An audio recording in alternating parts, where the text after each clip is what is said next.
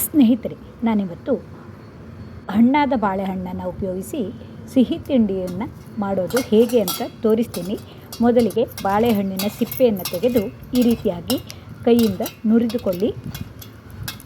ಹೋಳುಗಳಿಲ್ಲದಂತೆ ಚೆನ್ನಾಗಿ ಮುದ್ದೆ ಆಗುವಂತೆ ಮಾಡಿಕೊಂಡು ನಂತರ ಅದಕ್ಕೆ ರುಚಿಗೆ ತಕ್ಕಷ್ಟು ಉಪ್ಪು ಮತ್ತು ಸಿಹಿಯಾಗುವಷ್ಟು ಬೆಲ್ಲವನ್ನು ಹಾಕಿಕೊಳ್ಳಿ. ನಾನಿಲ್ಲಿ ಜೋನಿ ಬೆಲ್ಲವನ್ನು ತೆಗೆದುಕೊಂಡಿದ್ದೀನಿ. ಜೋನಿ ಬೆಲ್ಲ ಇಲ್ಲವಾದಲ್ಲಿ ಬೇರೆ ಯಾವುದೇ ಬೆಲ್ಲವನ್ನು ಹಾಕಿಕೊಳ್ಳಬಹುದು. ಜೋನಿ ಬೆಲ್ಲವಾದರೆ ಆರೋಗ್ಯಕ್ಕೆ ಒಳ್ಳೆಯದಾಗಿರುತ್ತೆ. ನಂತರ ಇದಕ್ಕೆ ಓಮವನ್ನು ಸೇರಿಸಿ ಮುದ್ದೆಯಂತಾಗುವ ತನಕ ಚಿರೋಟಿ ರವೆಯನ್ನು ಹಾಕಿ ಕೈಯಿಂದ ಚೆನ್ನಾಗಿ ಕಲಸಿಕೊಳ್ಳಬೇಕು. ನಾನಿಲ್ಲಿ ಕೇವಲ ಚಿರೋಟಿ ರವೆಯನ್ನು ಉಪಯೋಗಿಸ್ತಾ ಇದ್ದೀನಿ. ಚಿರೋಟಿ ರವೆ ಆದರೆ ಬೇಗನೆ ನೆನೆದು ಬರುತ್ತೆ ಅಂತ. ದೊಡ್ಡ ರವೆ ಆದರೆ ಸ್ವಲ್ಪ ನೀರಿನಲ್ಲಿ ತೊಳೆದು ಹಾಕಬೇಕಾಗುತ್ತೆ. ಈ ರೀತಿಯಾಗಿ ಈ ಬಾಳೆಹಣ್ಣಿನ ರಸದೊಡನೆ ಇವೆಲ್ಲವೂ ಬೆರೆತು ಗಟ್ಟಿಯಾಗುವ ತನಕ ಮುದ್ದೆಯಾಗುವಂತೆ ರವೆಯನ್ನು ಹಾಕಿ ಕಲಸಿಕೊಂಡು ಕೊನೆಯಲ್ಲಿ ತೆಂಗಿನ ತುರಿಯನ್ನು ಹಾಕಿ ಚೆನ್ನಾಗಿ ಕಲಸಿಕೊಳ್ಳಿ. ನಂತರ ನಾನಿಲ್ಲಿ ಮುರುಗಲ ತುಪ್ಪವನ್ನು ಉಪಯೋಗಿಸಿ ಅದರಲ್ಲಿ ಕರಿದು ಸುಟ್ಟೆವನ್ನು ಮಾಡ್ತೀನಿ. ಮುರುಗಲ ತುಪ್ಪ ಮಾಡೋದು ಹೇಗೆ ಅಂತ ಹಿಂದಿನ ವಿಡಿಯೋದಲ್ಲಿ ತೋರಿಸಿದ್ದೆ. ಇದನ್ನು ಬಾಣಲಿಗೆ ಹಾಕಿ ನೋಡಿ, ಈ ರೀತಿಯಾಗಿ ಬಿಸಿ ಮಾಡಿದರೆ ಕರಗಿ ಎಣ್ಣೆಯಂತೆ ಕಾಣಿಸುತ್ತೆ. ಇದು ಆರೋಗ್ಯಕ್ಕೆ ತುಂಬ ಒಳ್ಳೆಯದಾದ ಮುರುಗಲ ತುಪ್ಪವಾಗಿರುತ್ತೆ.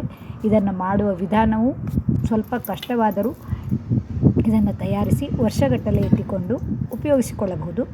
ಕೊನೆಗೆ ಇದಕ್ಕೆ ಈ ಮಾಡಿಟ್ಟುಕೊಂಡ ಬಾಳೆಹಣ್ಣಿನ ಈ ಮಿಶ್ರಣವನ್ನು ಪದ್ದೆ ಕೈಯಿಂದ ಚಿಕ್ಕ ಚಿಕ್ಕ ಉಂಡೆಗಳನ್ನು ಮಾಡಿಕೊಂಡು ಈ ಮುರುಗಲ ತುಪ್ಪದಲ್ಲಿ ಕರಿದುಕೊಳ್ಳಿ. ನಾನಿಲ್ಲಿ ಸ್ವಲ್ಪವೇ ಮುರುಗಲ ತುಪ್ಪವನ್ನು ಉಪಯೋಗಿಸಿದ್ದೀನಿ. ಯಾಕೆಂದರೆ ಈ ಮುರುಗಲ ತುಪ್ಪ ಮಾಡೋದು ತುಂಬ ಕಷ್ಟಕರವಾದ ವಿಧಾನ ಮತ್ತು ಇದು ಸ್ವಲ್ಪವೇ ಇದ್ದುದರಿಂದ ನಾನು ಸ್ವಲ್ಪವೇ ಸುಟ್ಟೆವನ್ನು ಇದರಲ್ಲಿ ಕರಿದು ತೋರಿಸ್ತಾ ಇದ್ದೀನಿ.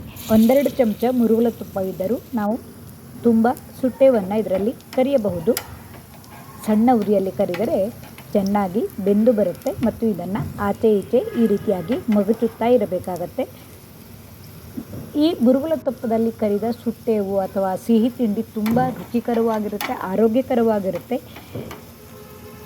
ಡಿಸೆಂಟ್ರಿ ಇದ್ದವಾಗ ಅಥವಾ ಆಮಶಂಕೆ ಪ್ರಕೃತಿಯವರಿಗೆ ಹೊಟ್ಟೆ ನೋವು ಇತ್ಯಾದಿಗಳ ತೊಂದರೆಗಿದ್ದವಾಗ ಈ ಮುರುಗಲ ತುಪ್ಪದ ಸೇವನೆಯು ತುಂಬ ಆರೋಗ್ಯಕರವಾಗಿರುತ್ತೆ. ಇದರ ಸೇವನೆಯನ್ನು ಮಾಡುವುದರಿಂದ ಹಲವಾರು ರೋಗಗಳು ಕಡಿಮೆಯಾಗುತ್ತವೆ. ಈ ತುಪ್ಪದಲ್ಲಿ ಸ್ವಲ್ಪವೇ ನಾನು ಸುಟ್ಟೆವನ್ನು ಕರಿದು ಆಮೇಲೆ ತೆಂಗಿನ ಎಣ್ಣೆಯಲ್ಲಿ ಕರಿದಿದ್ದನ್ನು ತೋರಿಸಿದ್ದೀನಿ. ಇದರಲ್ಲಿ ಕರಿದ ರುಚಿಯೇ ಬೇರೆ, ತೆಂಗಿನ ಎಣ್ಣೆಯಲ್ಲಿ ಕರಿದ ರುಚಿಯೇ ಬೇರೆ ಇರುತ್ತೆ. ಯಾಕೆಂದರೆ ಈ ಮುರುಗಲ ತುಪ್ಪವೆಂದರೆ ನೈಸರ್ಗಿಕವಾಗಿ ಸಿಗುವಂತಹ ವನಸ್ಪತಿಯಿಂದ ಅಥವಾ ಬೀಜದಿಂದ ಮಾಡಿರುವಂತಹ ತುಪ್ಪವಾಗಿರುತ್ತೆ. ಅಜ್ಜಿಯ ಕಾಲದಲ್ಲಿ ಹಲವಾರು ಅಡುಗೆಗಳಿಗೆ ಇದನ್ನು ಉಪಯೋಗಿಸುತ್ತಿದ್ದರು. ಈ ಆಧುನಿಕತೆಗೆ ಸಿಲುಕಿ ನಾವೆಲ್ಲ ಇದನ್ನು ಮರೆಯುತ್ತಾ ಬಂದಿದ್ದೀವಿ. ಹಾಗಾಗಿ ಇದರಲ್ಲಿ ಸ್ವಲ್ಪವಾದರೂ ಮಾಡಿ ತೋರಿಸಬೇಕೆಂದು ನನ್ನಲ್ಲಿರುವ ಸ್ವಲ್ಪವೇ ಮುರುಗಲ ತುಪ್ಪವನ್ನು ಉಪಯೋಗಿಸಿ ಸುಟ್ಟೆವನ್ನು ಕರಿದಿದ್ದಾಯಿತು. ಈಗ ಉಳಿದ ಹಿಟ್ಟನ್ನು ತೆಂಗಿನ ಎಣ್ಣೆಯಲ್ಲಿ ಕರಿದು ತೋರಿಸ್ತಾ ಇದ್ದೀನಿ.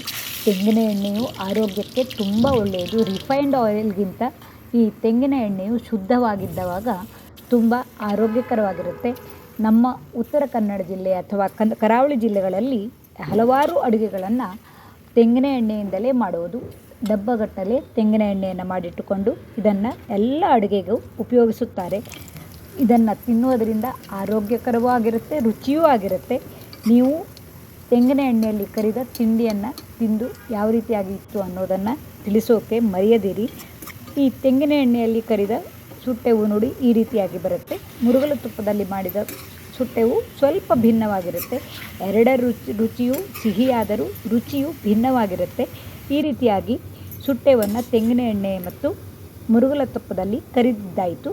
ಉಳಿದ ಹಿಟ್ಟಿನಲ್ಲಿ ನಾನು ಬಾಳೆ ಎಲೆಯಲ್ಲಿ ತಟ್ಟಿ ದೊಡ್ಡನ ಅಥವಾ ದೋಸೆಯನ್ನು ಮಾಡುವ ವಿಧಾನವನ್ನು ತೋರಿಸ್ತೀನಿ. ನೋಡಿ, ಸ್ವಲ್ಪವೇ ಹಿಟ್ಟು ಉಳಿದಿತ್ತು. ಇದಕ್ಕೆ ಸ್ವಲ್ಪ ನೀರನ್ನು ಬೆರೆಸಿ ಸ್ವಲ್ಪ ಮೆದುವಾಗಿ ಮಾಡಿಕೊಳ್ಳಬೇಕು. ಯಾಕೆಂದರೆ ಕರಿಯುವಾಗ ಸ್ವಲ್ಪ ಹಿಟ್ಟು ದಪ್ಪನಾಗಿರಬೇಕಾಗುತ್ತೆ. ಕೇವಲ ಚಿರೋಟಿ ರವೆಯನ್ನು ಉಪಯೋಗಿಸಿದ ಹಿಟ್ಟು ಇದಾಗಿರುತ್ತೆ. ಕಡಿಮೆ ಸಾಮಗ್ರಿ ಮತ್ತು ದಿಢೀರಂತ ಮಾಡುವ ಇಂತಹ ವಿಧಾನಗಳು ಅಜ್ಜಿಯ ಕಾಲದಿಂದಲೂ ಮಾಡಿಕೊಂಡು ಬಂದಿರುವ ವಿಧಾನಗಳಾಗಿರುತ್ತವೆ. ಈ ಹಿಟ್ಟು ಈ ರೀತಿಯಾಗಿ ಮೆದುವಾದ ನಂತರ ಬಾಳೆ ಎಲೆಯಲ್ಲಿ ಈ ರೀತಿಯಾಗಿ ತಟ್ಟಿ ಇದನ್ನು ದೋಸೆ ಕಾವಲಿಯಲ್ಲಿ ಮುರುಗಲ ತುಪ್ಪವನ್ನು ಹಾಕಿ ಬೇಯಿಸಿದರೆ ಸುಟ್ಟೆವಿಗಿಂತ ಭಿನ್ನ ರುಚಿಯನ್ನು ಹೊಂದಿರುವ ಈ ದೊಡ್ಡನ ಅಥವಾ ಬಾಳೆಹಣ್ಣಿನ ದೋಸೆಯು ತುಂಬ ರುಚಿಯಾಗಿರುತ್ತೆ. ಮುರುಗಲ ತುಪ್ಪವು ಬಿಸಿಯೇ ಇದ್ದಾಗ ಮಾತ್ರ ತೆಳುವಾಗಿರುತ್ತೆ, ಆಮೇಲೆ ಗಟ್ಟಿಯಾಗಿಬಿಡುತ್ತೆ. ನೋಡಿ, ಈ ಮುರುಗಲ ತುಪ್ಪವನ್ನು ಬಿಸಿ ಮಾಡಿಕೊಂಡು ಇದನ್ನು ಚಿಟ್ಟಿಗೆ ಹಚ್ಚೋದು ಅಂತೀವಿ. ದೋಸೆ ಕಾವಲಿಗೆ ಇದನ್ನೇ ಹಚ್ಚಿ ಬಾಳೆ ಎಲೆಯಲ್ಲಿ ತಟ್ಟಿದ ಈ ಬಾಳೆಹಣ್ಣಿನ ರೊಟ್ಟಿ ಅಥವಾ ದೊಡ್ಡವನ್ನು ಈ ರೀತಿಯಾಗಿ ಬಿಸಿ ಕಾವಲಿಗೆ ಹಾಕಿ ಸ್ವಲ್ಪ ಬೆಂದ ನಂತರ ಬಾಳೆ ಎಲೆಯನ್ನು ಸುಲಭವಾಗಿ ಬಿಡಿಸೋಕ್ಕೆ ಬರುತ್ತೆ.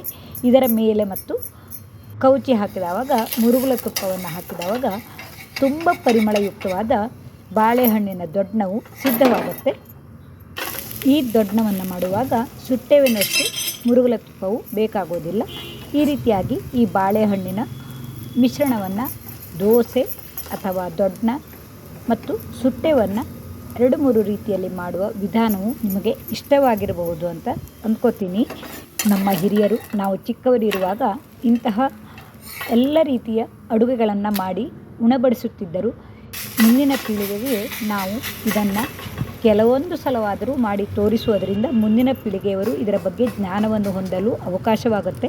ಈ ಮುರುಗಲ ತುಪ್ಪದ ಬಗ್ಗೆ ಏನು ಅಂತ ಗೊತ್ತೇ ಇರುವುದಿಲ್ಲ. ಹಾಗಾಗಿ ಇಂತಹ ವಿಡಿಯೋಗಳನ್ನು ಮಾಡುವ ಹಂಬಲದಿಂದ ಈ ವಿಡಿಯೋವನ್ನು ನಿಮ್ಮೊಡನೆಯೂ ಹಂಚಿಕೊಂಡಿದ್ದೀನಿ. ಈ ಮುರುಗಲ ತುಪ್ಪದಿಂದ ಮಾಡಿದ ಸುಟ್ಟೆವು, ದೊಡ್ಡ ಇತ್ಯಾದಿಗಳ ವಿಡಿಯೋವು ನಿಮಗೆ ಇಷ್ಟವಾದರೆ ಲೈಕ್ ಮಾಡಿ, ಇಷ್ಟ ಮಿತ್ರರಿಗೆ ಶೇರ್ ಮಾಡಿ.